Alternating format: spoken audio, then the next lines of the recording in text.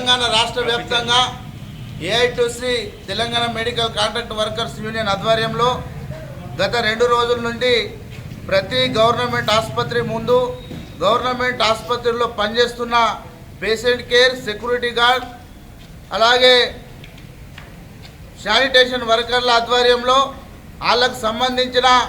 తోటి గవర్నమెంట్ ఉద్యోగులకు ఏ విధంగానైతే వేతనాలు ఇస్తున్నారో ఆ విధంగానే వైద్య రంగంలో పనిచేస్తున్న patient care, security guard, sanitation వర్కర్లకు కూడా సమాన పనికి సమాన వేతనం ఇవ్వాలని సుప్రీంకోర్టు తీర్పిచ్చినప్పటికీ కూడా రాష్ట్ర ప్రభుత్వాలు అమలు చేయకుండా వీళ్ళ శ్రమ దోపిడీకి గురువు చేస్తున్నారు. వీళ్ళ శ్రమను దోచుకుంటున్నారు. ఇలా సుప్రీంకోర్టు ఎదుటి వ్యక్తికి ఇచ్చే విధంగా ఎదుటి వ్యక్తి ఇంకొక వ్యక్తి ఆ వ్యక్తితో పనిచేస్తున్నప్పుడు ఈయనకు 10,000 ఇచ్చి ఈయనకు 5,000 ఇస్తే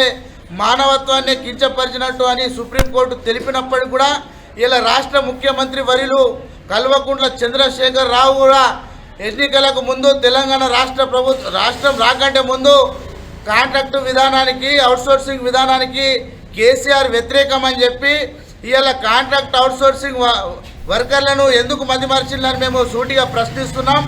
అలాగే ఇవాళ ఆదిలాబాద్ జిల్లా కేంద్రంలో ఇలా రిమ్స్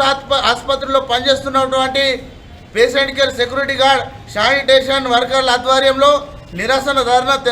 చేపట్టినాం. ఈ ధర్నా రేపు ఎల్లుండి 9 తారీఖు దాకా రోజు 1 గంట సేపు కొనసాగుతుంది. 9 తారీఖు దాకా రాష్ట్ర ప్రభుత్వం కనీసం 21,000 ఇవ్వకపోతే 9 తారీఖు తర్వాత 10 తారీఖు నాడు తెలంగాణ రాష్ట్ర వ్యాప్తంగా ప్రతి గవర్నమెంట్ ఆసుపత్రి